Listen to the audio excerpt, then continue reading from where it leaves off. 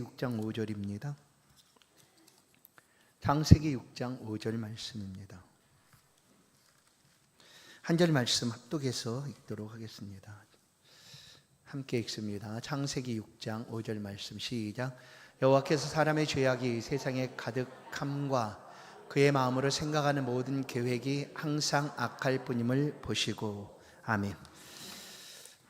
우리 함께 인사하십시다. 하나님 당신을 사랑하십니다.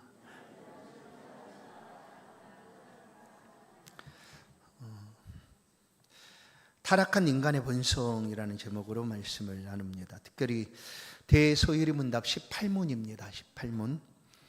인간이 타락한 상태에서 죄가 되는 것은 무엇입니까? 이런 물음이요. 인간이 이미 타락을 하고 나서 그 인간이 짓고 있는 죄가 무엇인가? 크게 세 가지라고 이렇게 말하는데, 첫 번째, 사람이 타락한 상태의 죄악성은 아담의 첫 범죄의 죄책, 원의의 상실, 그리고 그의 원성품의 부패함, 이것을 원죄라고 합니다. 그러니까 첫 범죄의 죄책, 그리고 원의, 원래 있었던 의로움의 상실, 그리고 본성의 타락, 이것을 원죄라고 하는데, 이 원죄를 가짐으로 인하여 거기서부터 파생되는 모든 죄의 모습들을 우리는 자범죄라고 얘기합니다. 이것이 바로 부패한 인간이 가지게 되는 죄의 모습입니다. 타락한 인간이 이 죄를 가지고 있다. 우리 사회에서는 죄를 뭐라고 얘기합니까? 드러난 행위죠. 드러난 행위. 마음에 내가 생각만 가지고 있었다고 해서 그걸 죄라고 말하지는 않습니다. 우리 사회에서는.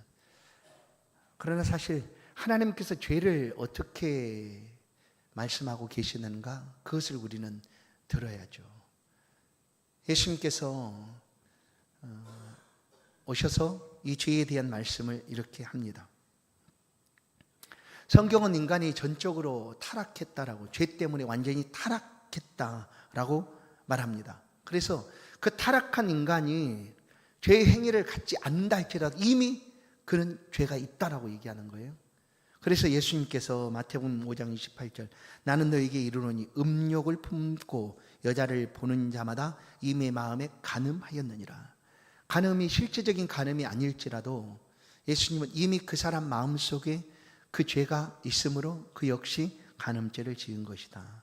그리고 마태복음 15장 19절은 마음에서 나오는 것은 악한 생각과 살인과 간음과 음란과 도적질과 거짓 증언과 비방이니, 마음에서 나오는 것.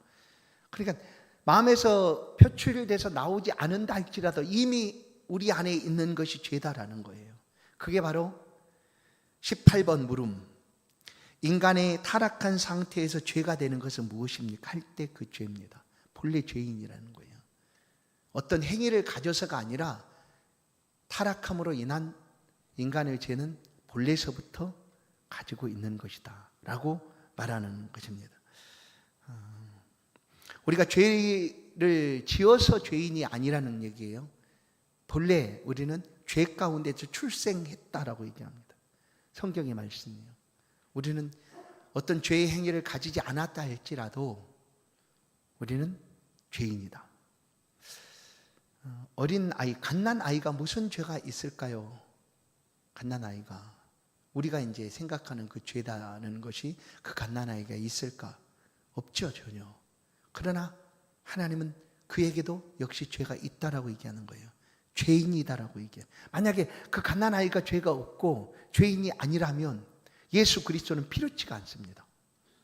예수 그리스도가 필요치가 않은 거죠.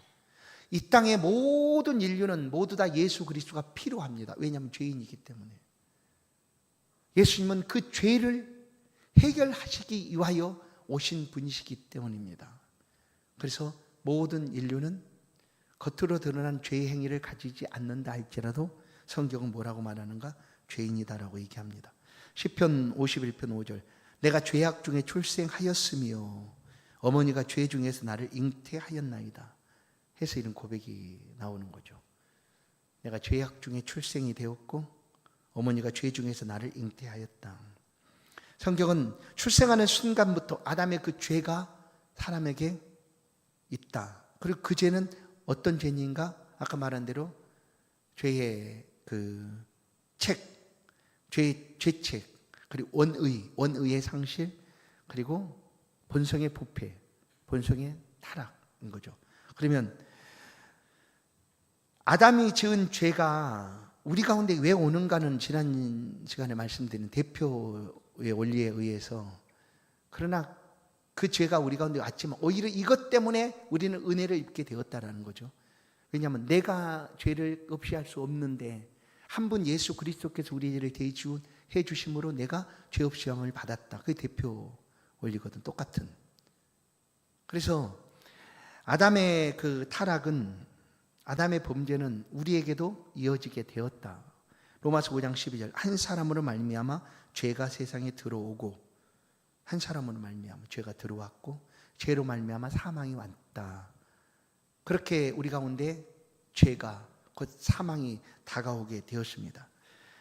아담이 범죄함으로. 그리고 아담이 범죄함으로 인하여 이제 첫 번째는 사망이 왔고요. 두 번째 원의, 원래 있었던 의. 그게 뭐냐면 하나님이 죄 짓기 전에 인간을 창조하실 때 어떻게 창조했습니까? 하나님의 모양과 형상을 닮은 사람을 창조했습니다. 하나님의 모양과 형상을 닮은. 그러면 그 모양과 형상을 우리가 어떻게 알 수가 있는가? 우리 안에 있는 의로움입니다. 우리 안에 있는 거룩함입니다. 우리가 가진 지혜로움이죠. 이것들이 사실 하나님이 가지셨던 속성인데 하나님이 이것들을 우리 가운데 주시고 우리를 창조하신 거예요. 그런데 아담이 범죄함으로 이것이 완전히 어떻게 해요? 상실되고 없어져 버렸다는 거예요.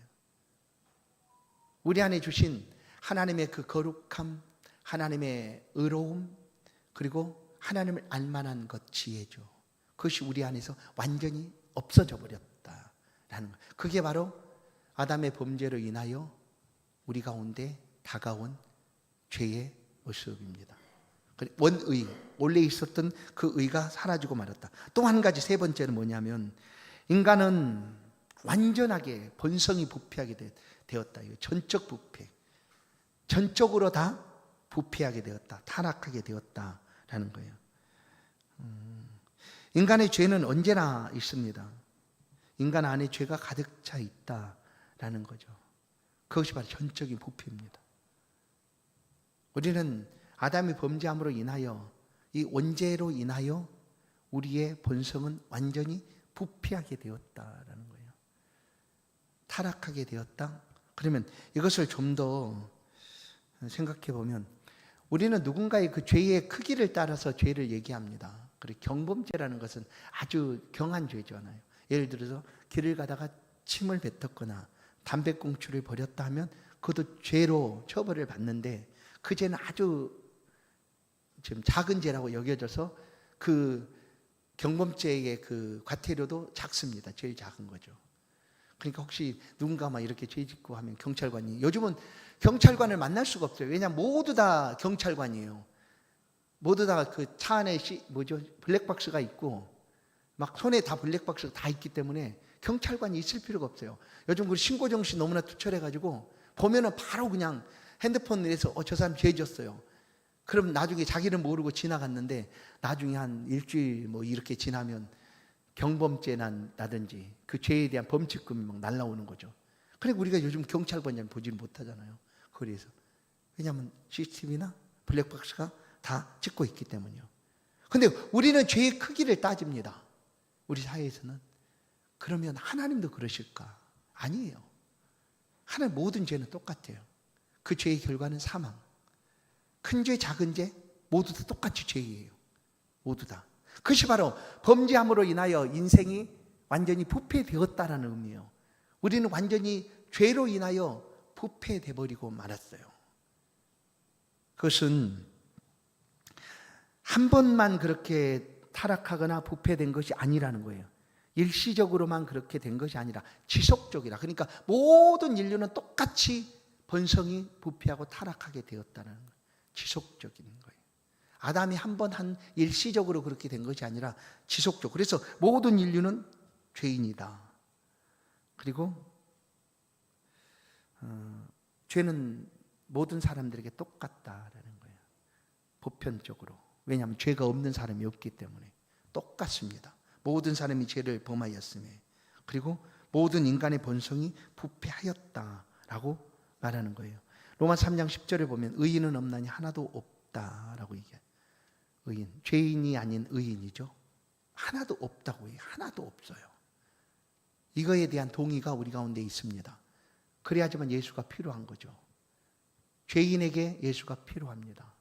그래서 모든 인류는 죄인이다 라는 것이 성경이 가르쳐주고 있는 말씀이죠.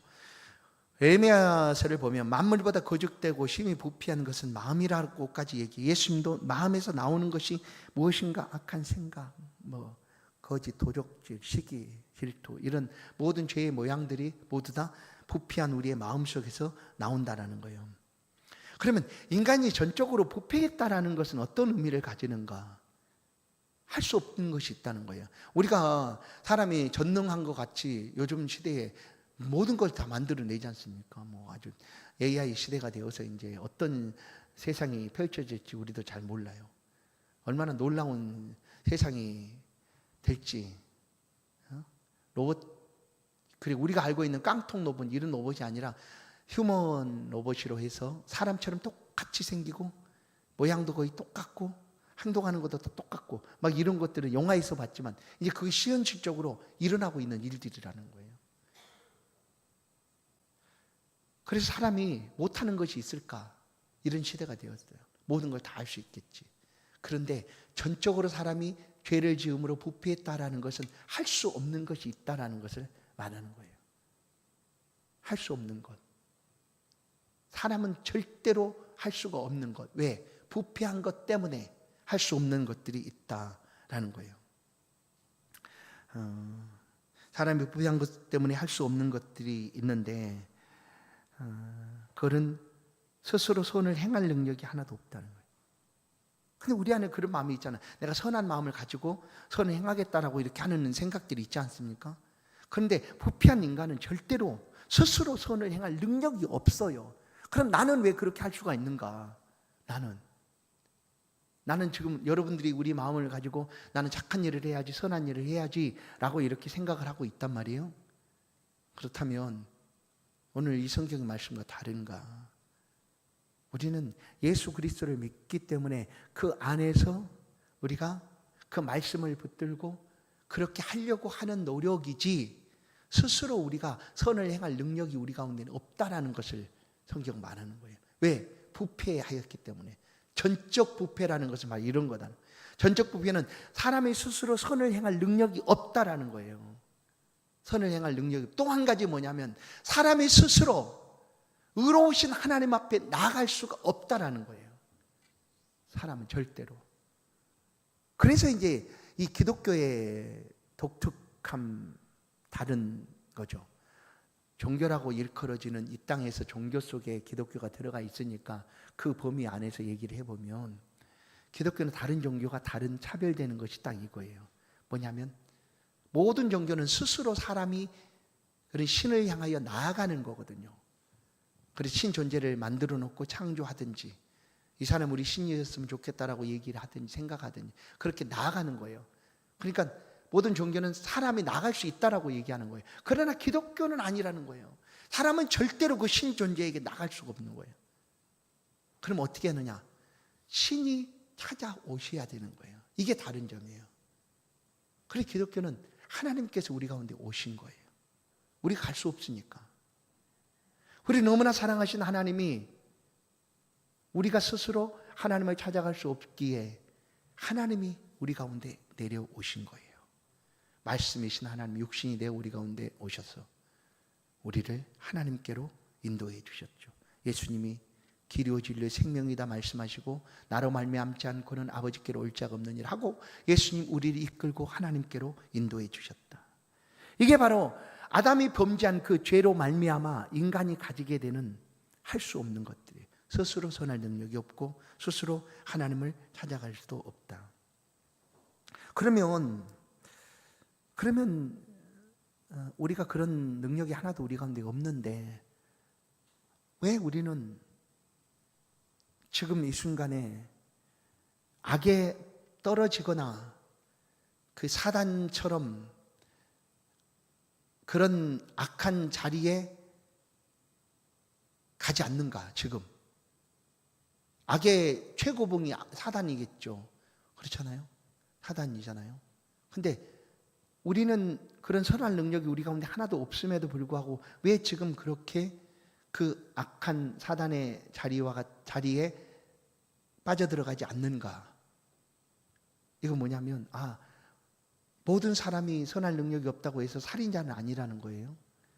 막 내가 저 사람 죽이겠어, 내가 죄를 듬뿍 짓고 지금 막 죄를 행하고 그러지 않는다는 거예요. 왜 그런가? 우리 안에 선할 능력도 없는데, 선을 행할 능력도 하나 없는데, 그럼 선을 행할 능력이 없다는 것은 부패된 우리 인간이 할 수 있는 것이 뭐예요? 악이죠, 죄죠. 근데 우리가 지금 살아가면서 다 그렇게 하는 건 아니잖아요. 얼마나 착해요.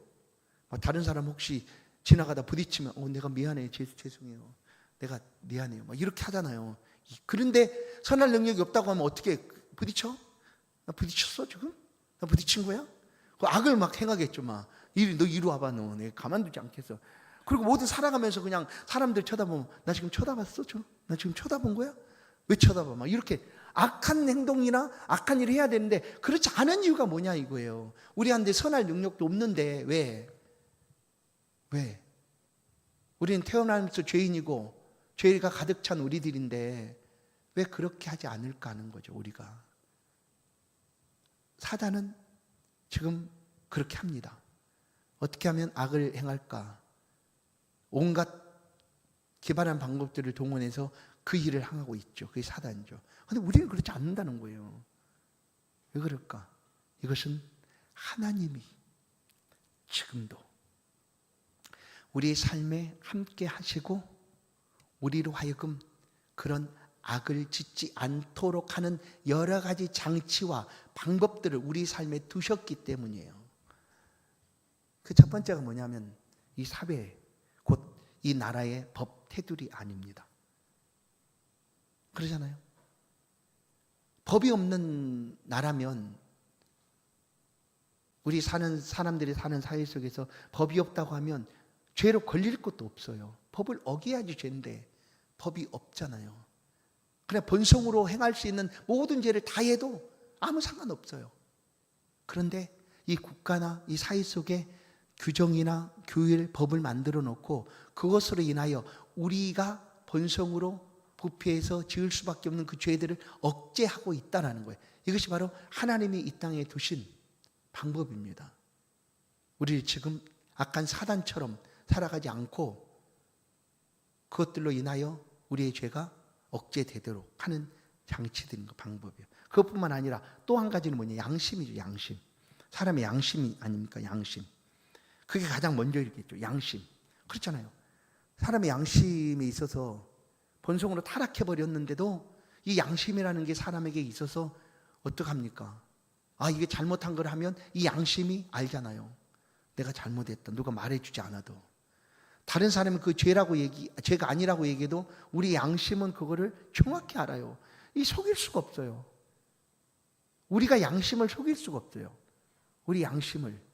다른 사람을 속일 수 있어도 내 안에 있는 이 양심. 이게 뭐냐면 하나님이 우리 가운데 타락한 인생이 죄를 이렇게 짓지 못하도록 하나님 두신 장치들은 양심이죠. 그리고 법에 사회 국가 속에 있는 법. 또 한 가지는 그 두려움입니다. 두려움 뭐냐면 공포죠. 어떤 공포냐면 죄의 삭은 사망이요 하는 그 공포입니다.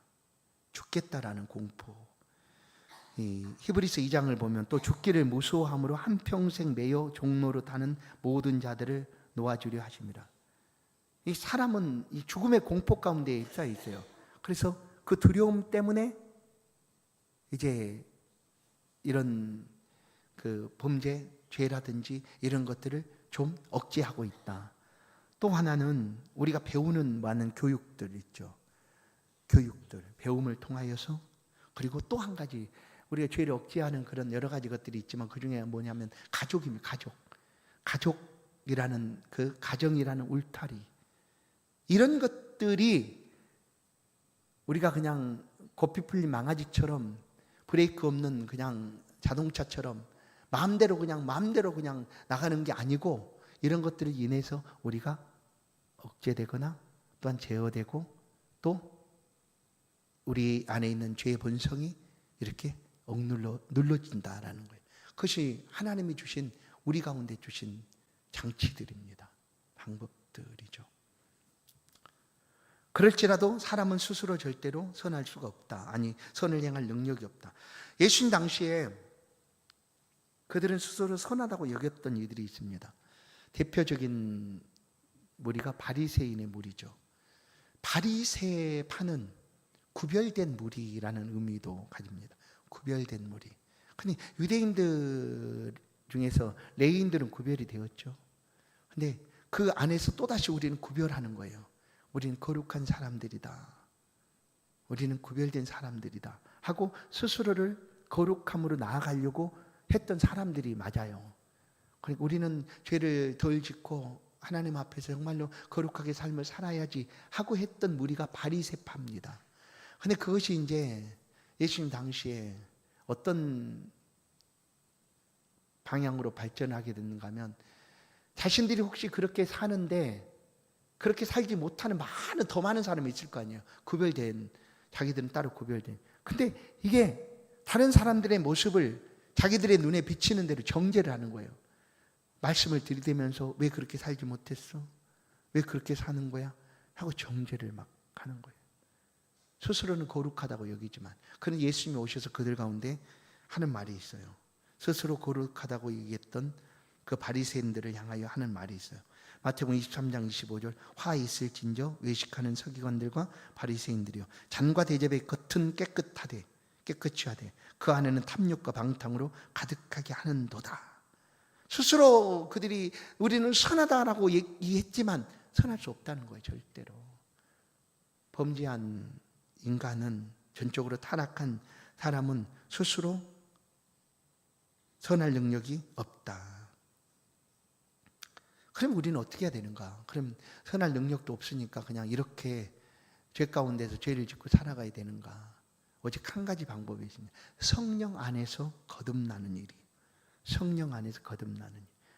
그게 어려운 것 같지만 예수 믿는 일이다라는 거예요. 예수를 믿게 되면 이제 우리는 새로운 사람이 되는 거예요. 보라 이전 것은 지나갔으니 보라 새 것이 되었도다. 이제 내가 산 것은 내가 산 것이 아니요 내 안에 그리스도 예수께서 사신 것이니 그리고 우리를 새 사람을 입었다. 이전 것은 지나갔고 옛사람은 죽었고 그리스도 안에서 새 사람이다 하고 하는 성경의 많은 말씀들이 바로 이런 의미를 담고 있지 않는가. 성령으로 말미암아 거듭나면 우린 새로운 사람이 된 거예요. 새로운 사람. 전에는 죄의 본성에 얽매여 살아갔다고 한다면 지금은 예수 그리스도의 보혈의 은혜를 따라 살아가는 사람이 된다라는 거예요. 아무도 우리에게 죄를 강요할 수 없어요. 왜냐하면 우리는 자유한 사람들이기 때문이죠.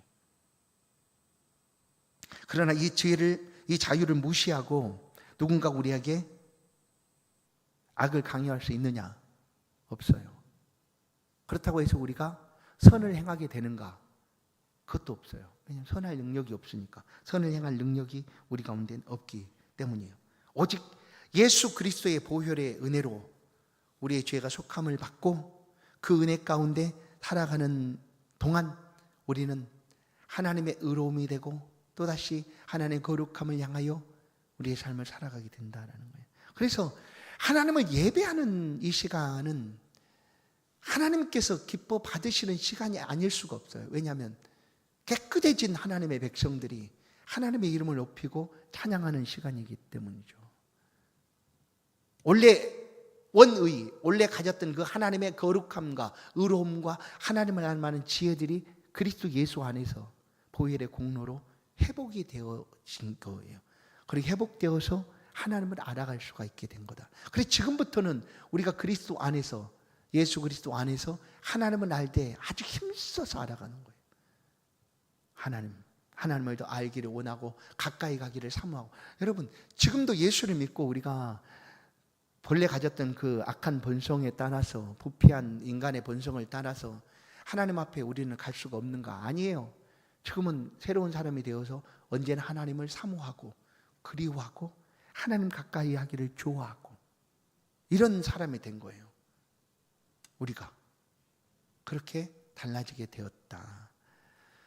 로마서 5장 19절 말씀 한번 보시면 한 사람이 순종하지 아니함으로 많은 사람이 죄인 된 것 같이 한 사람이 순종함으로 많은 사람이 의인이 되었다. 이 한 사람은 첫 번째 한 사람은 아담이고 두 번째 한 사람은 예수 그리스도죠.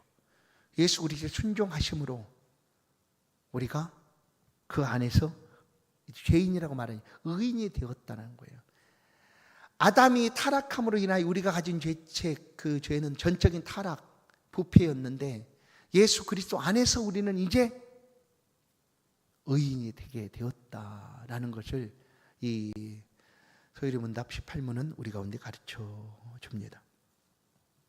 우리의 전적인 타락에서 지금도 회복할 수 있는 분은 오직 예수 그리스도 그리고 그 보혈의 은혜뿐입니다. 전적으로 타락으로 사라졌던 우리의 원의, 거룩함, 의로움, 하나님을 닮아는 지혜로움들이 다시금 그리스도 안에서 회복이 되었습니다. 이것을 우리가 자랑하라는 것이 아니라 이것을 붙들고 우리 가운데 역사하고 계시는 그 하나님 앞에 이제 우리의 남은 삶은 영광을 돌리는 삶이에요. 하나님을 기쁘시게 하는 삶인 거죠. 어떻게 내가 무엇을 함으로 하나님을 기쁘시게 할까 하는 그런 삶을 우리가 살아가는 그런 새로운 존재가 되었다라는 거예요. 아담 범죄로 우리는 그럴 수가 없었는데 스스로 하나님을 찾을 수도 없고 선한 능력을 행할 능력도 우리 가운데 없었는데 그리스도 예수로 말미암아 그 보혈의 공로로 말미암아 우리는 이제 하나님을 향하여 나아가기를 사모하고 또한 어떻게 하면 하나님을 기쁘시게 할까 하는 일에 힘쓰는 그런 새로운 사람이 되었습니다. 오늘 우리 모두가 이전 것은 지나갔음을 기억하시고 그리스도 예수 안에서 주신 새로운 소명, 새로운 비전, 새로운 꿈을 품고 하나님의 영광을 위하여 한 걸음씩 한 걸음씩 힘차게 나아가는 우리 모든 임마누엘 교회 성도들, 우리 청년들 되기를 주의 이름으로 간절히 축원합니다. 하나님 감사합니다. 이 시간 하나님의 말씀을 우리가 새깁니다. 모든 사람이 죄를 범하였으며 하나님의 영광에 이르지 못하더니 그러나 그리스도 예수의 순종하심으로 우리가 그 보혈의 공로를 힘입어 우리 안에 죄를 속함받고 주 안에서 하나님의 기뻐하시는 백성이 되어 이 땅을 살아가게 하시니 감사합니다. 꿈을 꾸게 하여 주옵소서. 하나님을 바라보게 하여 주옵소서. 하나님 주신 그 복된 비전을 품고 나아갈 수 있도록 우리 가운데 은혜를 베풀어 주옵소서. 한 주간 우리가 나아가는 모든 앞길에 하나님 함께 동행하여 주시고 주의 백성들 손을 든든하게 붙들어 주셔서 모든 위험과 어려움에서 건지시고 보호하여 주옵소서. 특별히 우리 청년들의 앞길에 형통함을 주시되 학업을 은혜롭게 잘 감당케 하시고 지혜와 명철함을 주셔서 저들에게 주신 꿈과 비전과 소망을 온전히 이루어 주옵소서. 넉넉하게 믿음으로 승리하는 복된 청년들 다